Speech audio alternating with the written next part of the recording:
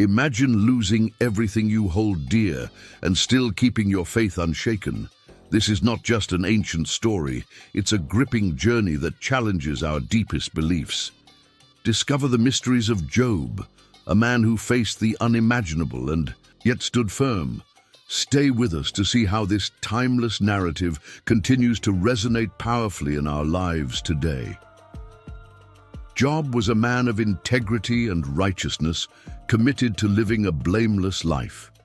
His relationship with God was marked by discipline and reverence, serving as a living example of devotion and faithfulness. In the land of Uz, there lived a man named Job. He was not just any man, he was blameless and upright, one who feared God and shunned evil. Job's life was a testament to faithfulness. He had 7 sons and 3 daughters, vast herds of livestock, and a household that was the envy of the region. His children were close-knit, often feasting together, and Job would rise early to offer sacrifices for them, just in case they had sinned. But Job's life was not just about wealth and family. His heart was his greatest treasure. He cared deeply for the poor, the widow, and the orphan. His generosity was unmatched and his integrity was unwavering. Yet unbeknownst to him, a conversation was taking place in the heavens that would change everything. One day, the angels presented themselves before the Lord, and among them was Satan. God, proud of his servant Job, asked Satan, "Have you considered my servant Job? There is no one on earth like him." Satan sneered, "Does Job fear God for nothing? Take away all he has, and he will surely curse you." And so, with God's permission, Satan set out to test Job's faith. The day began like any other for Job. The sun rose over the land of Uz, casting golden light across his vast fields and herds. But by nightfall, Job's world would be unrecognizable. The first messenger arrived, his face pale and his voice trembling. "The Sabaeans attacked," he said. "They took your oxen and donkeys and killed your servants. I am the only one who escaped." Job's heart sank, but before he could respond, another servant rushed in. "Fire from heaven fell," he cried. "It consumed your sheep and shepherds. I alone survived." Job's mind raced. How could this be? But the blows kept coming. A third messenger arrived, breathless. "The Chaldeans raided," he said. "They stole your camels and killed your servants. I am the only one left." Job's knees buckled. He clutched his chest, struggling to breathe, but the worst was yet to come. A fourth messenger, his face streaked with tears, fell at Job's feet. "Your sons and daughters were feasting," he whispered. A mighty wind struck the house. It collapsed, and they are all gone. Job's world shattered. He fell to the ground, his robes torn, his head shaved in mourning.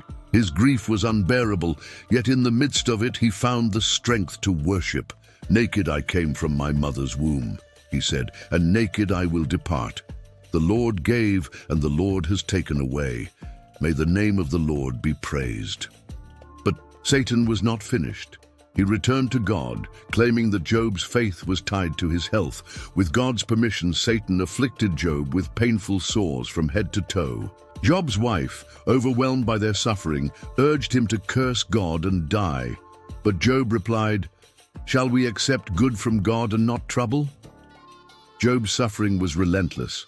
His body was covered in painful sores, and he sat in ashes, scraping his skin with a piece of broken pottery. His friends, Eliphaz, Bildad, and Zophar, came to comfort him. At first, they were speechless, sitting with him in silence for 7 days and nights. But when Job finally spoke, his words were raw and anguished. "Why did I not perish at birth?" he cried. "Why is light given to those in misery and life to the bitter of soul?" Job's pain was not just physical, it was spiritual. He longed for answers, for understanding. His friends, however, began to accuse him. Eliphaz spoke first. "Consider now, who being innocent has ever perished," he said. "Those who plow evil and sow trouble reap it." Bildad echoed this sentiment. "Does God pervert justice?" he asked. If you are pure and upright, he will surely restore you. Zophar was the harshest. Know this, he said, God has even forgotten some of your sin. If you put away your iniquity, you will be secure. Job defended his innocence, but their words only deepened his despair. He felt abandoned, not just by his friends, but by God himself. Oh, that I knew where to find him, Job lamented. If only I could go to his dwelling, I would state my case before him. As the debates continued, a young man named Elihu stepped forward.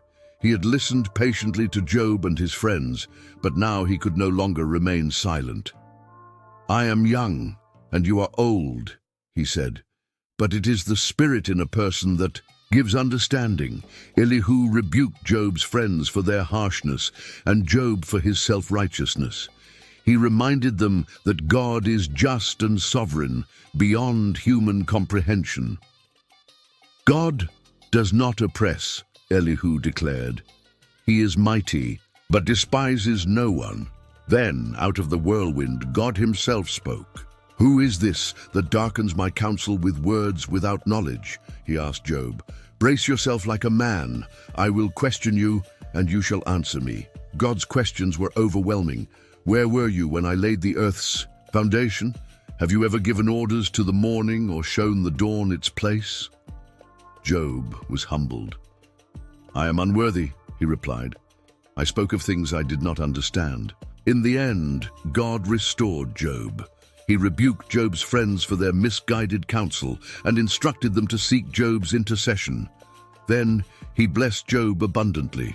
Job's livestock doubled, and he was given 7 more sons and 3 daughters. His daughters were the most beautiful in the land, and Job lived to see 4 generations of his family. Job's story is a reminder that life is filled with both joy and pain. We may not always understand why we suffer, but we can trust that God is with us, even in the darkest valleys. If you're facing trials today, take heart. Like Job, you are not alone. If this story touched your heart, please give this video a thumbs up and share it with someone who needs encouragement. Don't forget to subscribe to our channel for more inspiring biblical stories. May God bless you and keep you, and may his peace fill your heart, no matter what you're going through. Amen.